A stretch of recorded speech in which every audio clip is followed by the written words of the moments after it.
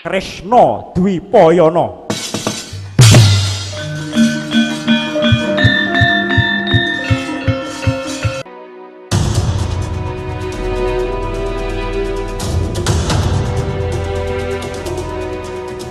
Seksi batu manikan di berjoget sama di kotam dia menyanyi sebab mengkar jula-jula, sebab mengkar jula-jula. Seksi batu manikan di berjoget sama di kotam dia menyanyi sebab mengkar jula-jula, sebab mengkar jula-jula.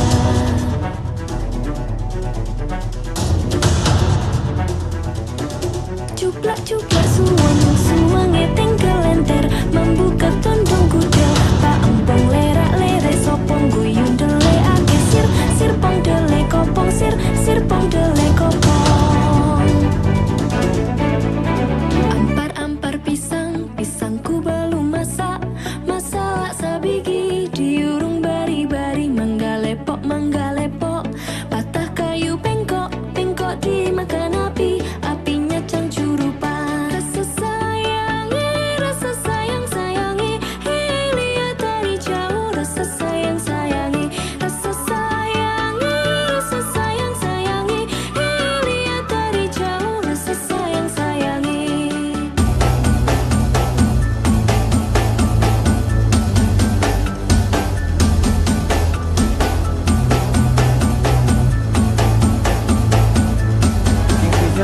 Looking future. From the future.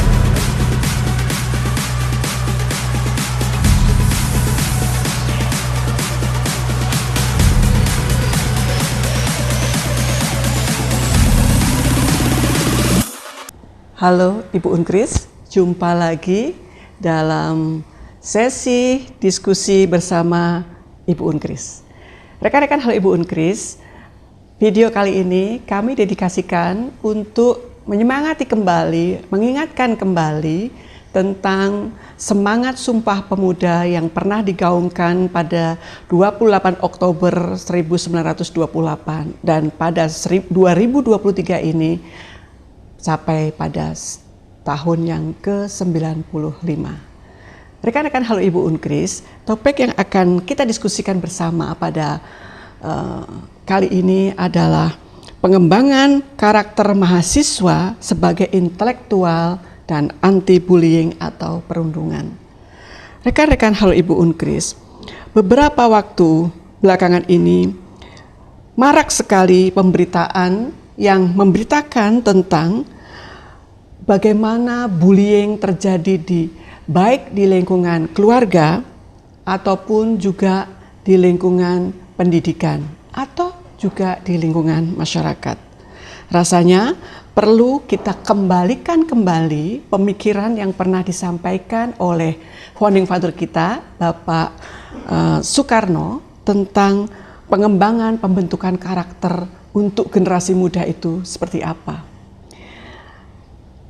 Bung Karno menyebutkan dengan nation dan karakter building, bangsa Indonesia haruslah tumbuh menjadi bangsa yang berkarakter, bangsa yang berjiwa, bangsa yang berdikari, dan bangsa yang mampu menghadapi semua tantangan zaman. Bukan bangsa yang melempem, pecundang, inferior.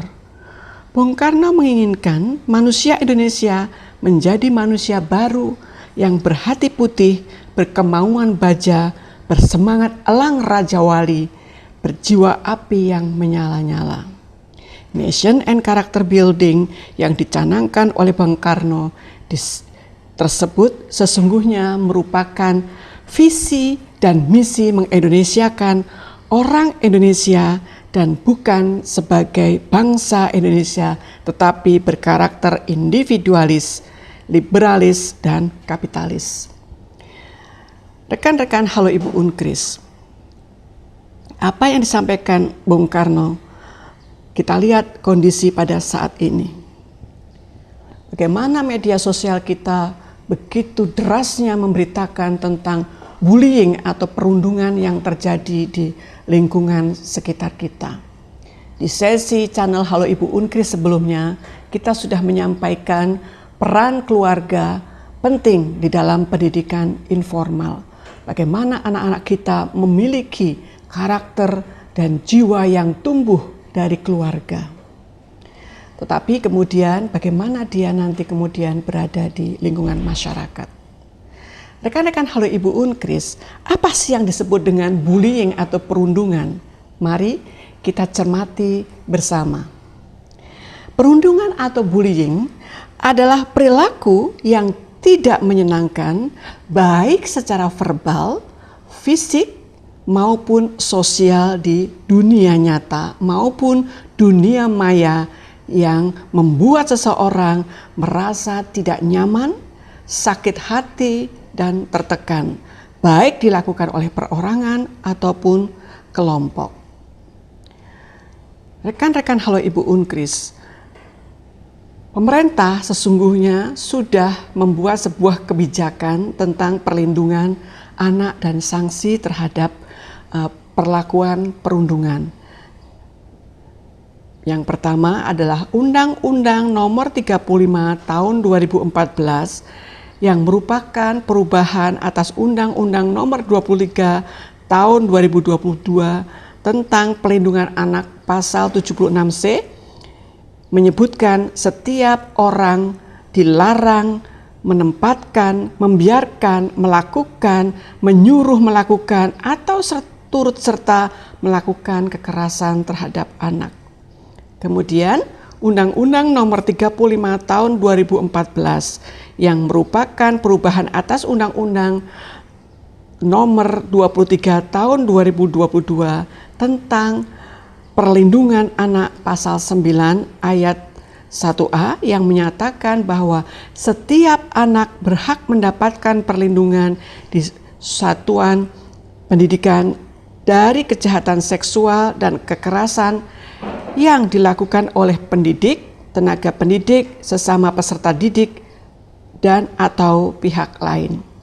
Kemudian ada juga Permendikbud nomor 82 tahun 2015 tentang pencegahan dan penanggulangan tindak kekerasan di lingkungan satuan pendidikan. Dan Bapak Ibu sekalian, adanya kebijakan-kebijakan ini ternyata tidak menyurutkan perilaku perundungan yang terjadi di lingkungan pendidikan. Undang-undang tentang sanksi terhadap perilaku perundungan juga sudah dibuat, yaitu Undang-Undang Nomor 35 Tahun 2014 tentang perubahan atas Undang-Undang Nomor 23 Tahun 2002 tentang Perlindungan Anak Pasal 8 ayat 1, 2, 3 tentang perlindungan anak.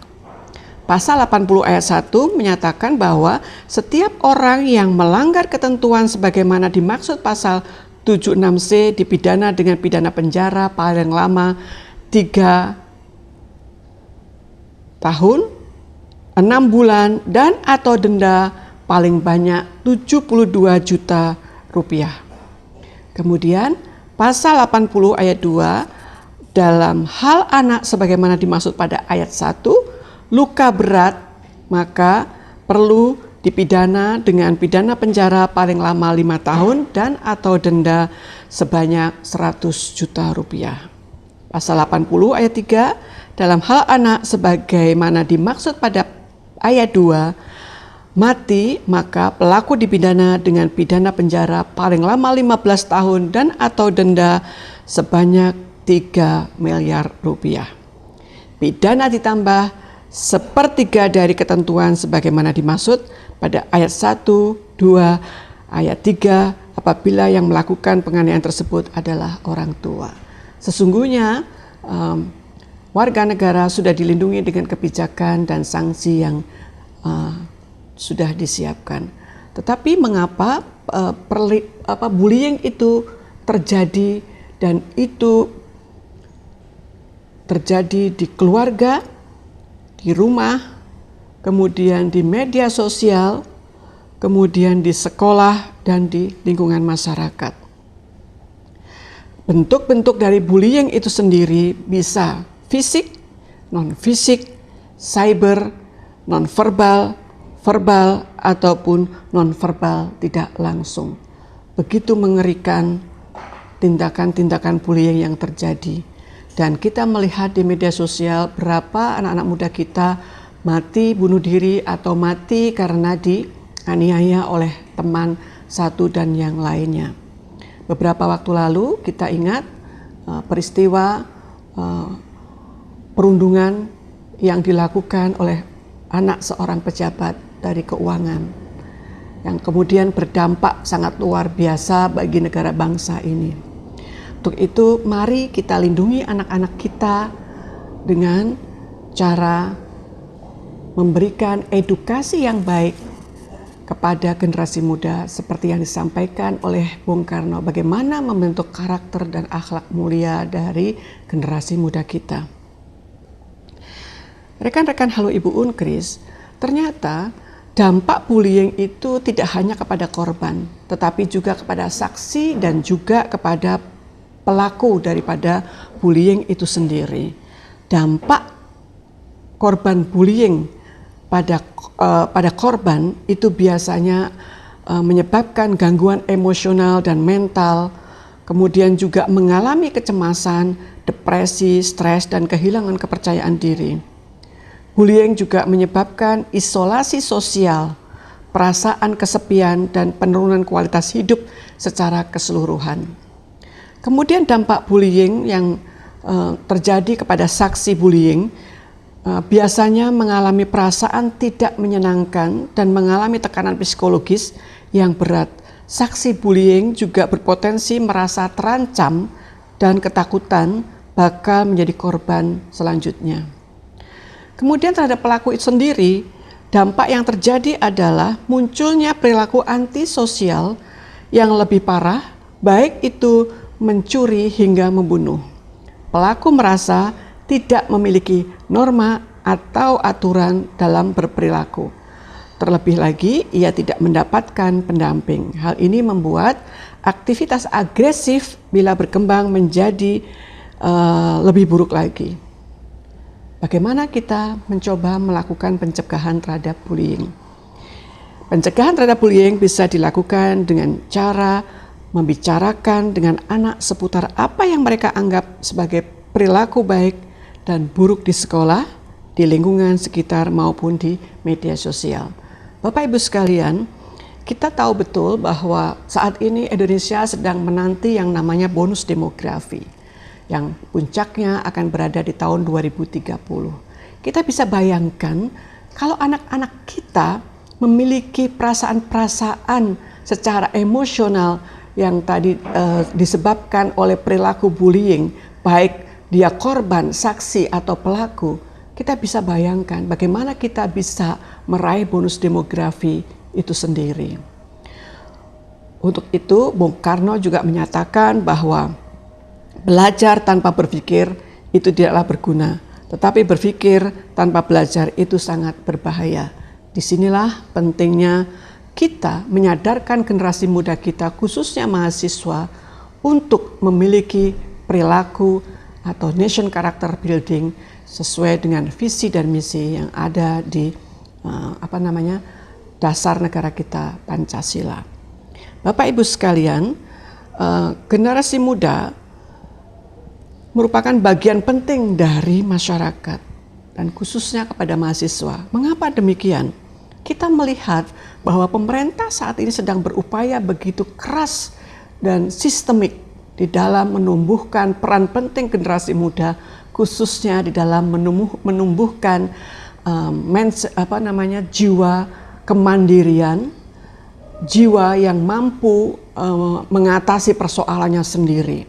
Salah satunya melalui mindset entrepreneur, di mana mahasiswa atau generasi muda didorong mereka untuk lebih tangguh, lebih siap dengan tantangan, dengan cara memiliki sifat yang tidak mudah patah, tidak mudah menyerah, mampu menumbuhkan solusi untuk hidupnya melalui mindset entrepreneur tersebut.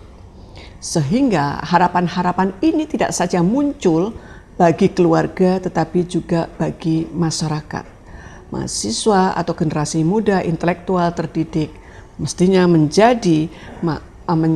memiliki tanggung jawab di dalam membangun kesatuan negara bangsa dan mempertahankan. Indonesia akan mendapatkan 100 tahun pada 2045. Jika bonus demografi ini tidak tercipta atau terjadi dengan baik, maka 2045 kita bisa bayangkan apakah masih ada Indonesia di sana.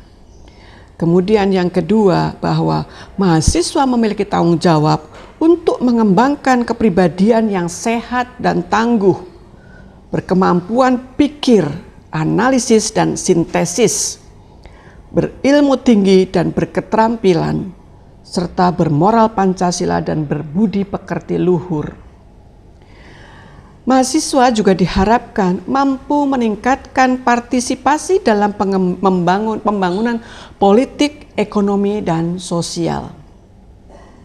Mahasiswa diharapkan mampu memelihara dan mengembangkan demokrasi Pancasila serta menjunjung tinggi hak dan kewajiban asasi warga negara.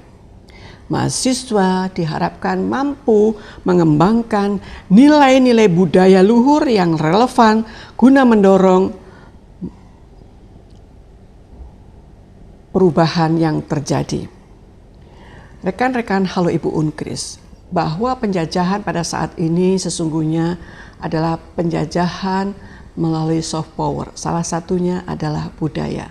Bagaimana budaya asing begitu deras masuk ke Indonesia dan hampir meluluh lantahkan budaya-budaya yang ada di negara bangsa Indonesia. Indonesia adalah negara Bhinneka Tunggal Ika yang memiliki keragaman budaya yang sangat luar biasa. Tetapi generasi muda kita atau bangsa Indonesia kurang mampu untuk mengemas dan menjadikan itu menjadi satu passion atau juga membangun mindset bangsa Indonesia untuk menjadi lebih produktif. Kita bisa melihat contoh perkembangan-perkembangan budaya yang ada di negara luar, seperti di Korea dengan K-popnya yang mampu membangun budayanya dan kemudian industri lainnya. Cina dengan drama Cinanya mampu merekayasa sosial bagi generasi perempuan untuk dia lebih survive dan punya peran penting di dalam pembangunan. Dan budaya-budaya lain seperti di Thailand dan yang Jepang dan yang lainnya. Rekan-rekan mahasiswa, ini adalah tanggung jawab kalian sebagai intelektual terdidik. Kalian harus mampu membangkitkan penalaran yang kuat di dalam diri kalian. Karena dengan nalar itulah kalian harusnya menjadi manusia yang melakukan analisis. Bukan manusia yang hanya duduk-duduk nongkrong bicara, ngeteh, ngopi, tetapi tidak membuahkan hasil apapun dan hanya membuang waktu. Tetapi kalian adalah generasi yang harusnya mampu menganalisis dan membuat gagasan-gagasan atau ide-ide dengan pemikiran-pemikiran yang baik, teratur, dan konsisten. Rekan-rekan halo Ibu Unkris, tadi saya katakan tentang terjadinya kemunduran budaya yang ada di negara Indonesia. Disampaikan oleh Cipto tahun 2002, ada 9 indikasi terjadinya pentingnya dilakukan reformasi bangsa kita setidaknya menghadapi fenomena patologi sosial, yaitu kemunduran budaya. Yang pertama adalah hancurnya nilai-nilai demokrasi dalam masyarakat. Yang kedua, memudarnya kehidupan kewargaan dan nilai-nilai komunitas. Yang ketiga, kemerosotan nilai-nilai toleransi dalam masyarakat. Yang keempat, memudarnya nilai-nilai kejujuran, kesopanan, dan rasa tolong-menolong. Yang kelima, melemahnya nilai-nilai dalam keluarga. Yang keenam, ini mengerikan dan ini sedang menjadi pemberitaan, praktek korupsi yang saat ini merajalela, kolusi, nepotisme dalam penyelenggaraan pemerintah. Yang ketujuh, kerusakan sistem dalam kehidupan ekonomi. Dan yang kedelapan, pelanggaran terhadap nilai-nilai kebangsaan. Kemunduran kebudayaan ini juga disoroti oleh Safri Sairin, yang waktu itu kami melakukan seminar dan FGD tentang kemunduran budaya kita. Safri Sairi menyatakan bahwa bangsa Indonesia pada saat ini sedang mengalami liminality atau tingkat ambigu yang tinggi. Kemudian Bambang Wibawarta juga menyampaikan bahwa bangsa Indonesia mengalami krisis nation character yang membuat modal dasar yang dimiliki bangsa Indonesia itu berkembang kurang dapat dimaksimalkan. Telah terjadi erosi aspek keunggulan bangsa dan promosi pada aspek kelemahan budaya. Telah terjadi ketidakpastian jati diri dan karakter bangsa yang bermuara pada yang pertama adalah disorientasi dan belum dihayati serta dilaksanakannya nilai-nilai Pancasila sebagai filosofi dan ideologi bangsa. Yang kedua, keterbatasan perangkat kebijakan terpadu dalam mewujudkan nilai-nilai esensi Pancasila. Yang ketiga, bergesernya nilai etika dalam kehidupan berbangsa dan bernegara. Yang keempat, memudarnya kesadaran terhadap nilai-nilai budaya bangsa. Yang kelima, ancaman disintegrasi bangsa. Dan yang keenam, melemahnya kemandirian bangsa. Rekan-rekan halo Ibu Unkris, fenomena lunturnya karakter bangsa ini juga sudah pernah disampaikan oleh Thomas Likona. Ada 10 hal yang beliau sampaikan. Yang pertama adalah kekerasan di tingkat remaja meningkat. Ini yang saya sampaikan tadi, tingkat bullying atau perundungan terjadi luar biasa di negara bangsa ini. Berapa banyak korban sudah terjadi. Yang kedua, sering melontarkan bahasa dan kata-kata yang buruk. Media sosial mendorong generasi muda kita sepertinya hebat menarasikan sesuatu di media sosial, tetapi itu adalah bahasa-bahasa buruk yang seharusnya tidak disampaikan oleh para generasi muda. Khususnya kemarin sudah terjadi beberapa waktu lalu pada saat pilkada. Kemudian yang ketiga adalah pengaruh peer group atau kelompok sesama yang kuat dalam tindak kekerasan. Yang keempat, meningkatnya perilaku yang bisa membinasakan diri seperti penggunaan narkoba, alkohol, dan seks bebas. Yang kelima, semakin kaburnya pedoman moral baik dan buruk. Ini makanya pada sesi channel Halo Ibu Unkris sebelumnya saya menyampaikan pentingnya pendidikan informal yang dilakukan oleh keluarga. Yang keenam, menurunnya etos kerja. Yang ketujuh, semakin rendahnya rasa hormat kepada orang tua dan guru. Ini barangkali karena pendidikan budi pekerti atau pendidikan tentang etika dan moral tidak lagi digencarkan mulai dari pendidikan dini, SD, SMP, dan SMA. Mungkin ini himbauan untuk pemerintah supaya ini bisa ditumbuhkan lagi pendidikan moral Pancasila harusnya dilakukan kembali di tingkat mulai dari pendidikan usia dini. Kemudian yang kedelapan, rendahnya tanggung jawab individu dan warga negara. Barangkali tanggung jawab ini perlu ada contoh baik dari para pimpinan yang ada di pemerintahan dan juga pimpinan di tingkat paling bawah adalah keluarga. Yang kesembilan, membudayakan ketidakjujuran. Membudayakan ketidakjujuran ini dipertontonkan sangat luar biasa oleh para pemimpin-pemimpin yang ada di jajaran pemerintahan, eksekutif, legislatif, dan yudikatif bahkan saat ini. Jadi ini sungguh miris sesungguhnya, dan apa yang disampaikan oleh Likona benar-benar terjadi pada saat ini di Indonesia. Yang keenam, adanya rasa saling curiga dan kebencian di antara sesama. Ini karena pengaruh hoax yang luar biasa di media sosial, sehingga kecurigaan dan kebencian pada sesama itu terjadi. Kita sudah pernah mengalami ini ketika kita dijajah oleh Belanda. Bagaimana Divided et Impera ini memisahkan kita sesama bangsa, dan ini sungguh mengerikan.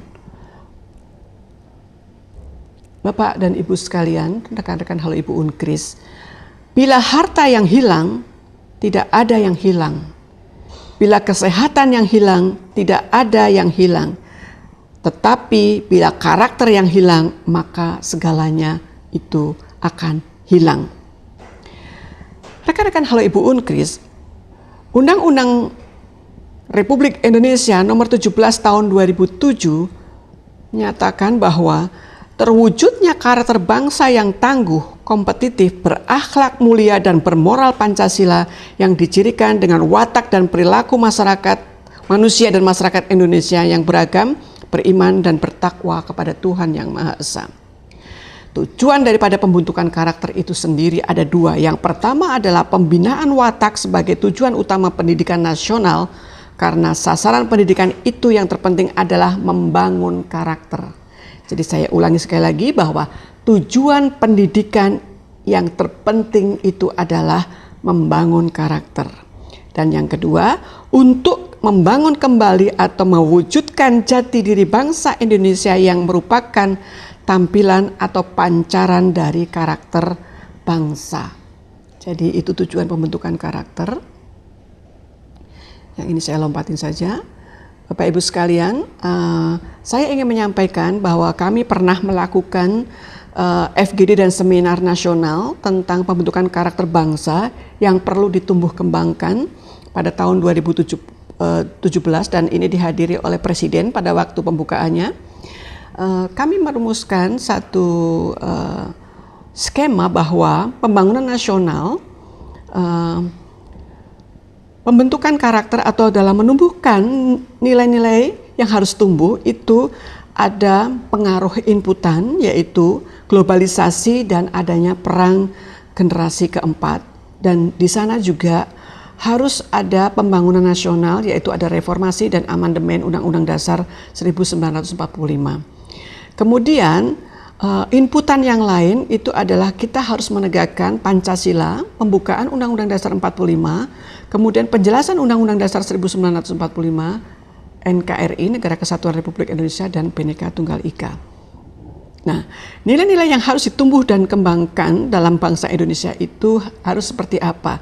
Jadi kita harus di situasi globalisasi dan juga situasi perang generasi 4 ini memilih dan menyaring dari nilai-nilai yang ada.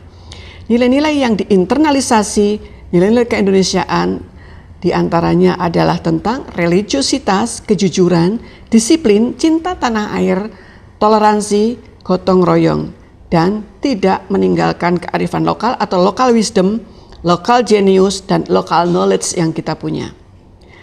Kemudian, apa saja sih local wisdom, local knowledge yang kita punya itu?